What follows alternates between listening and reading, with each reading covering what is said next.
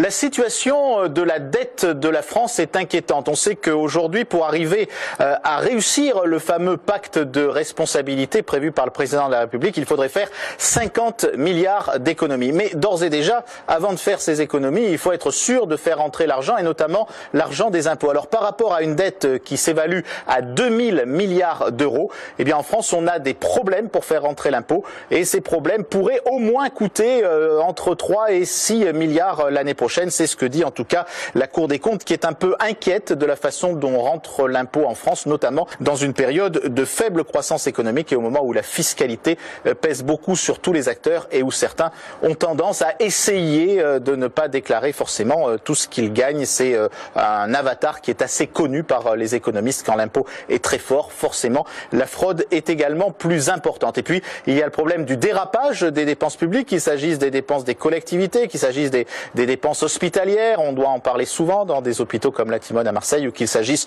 du train de vie de l'État. Toutes ces questions doivent être remises sur le tapis et surtout, avant de penser à faire des économies, il faut arriver à faire rentrer l'impôt correspondant à la richesse dégagée par la France, c'est-à-dire à son produit national brut, son PNB.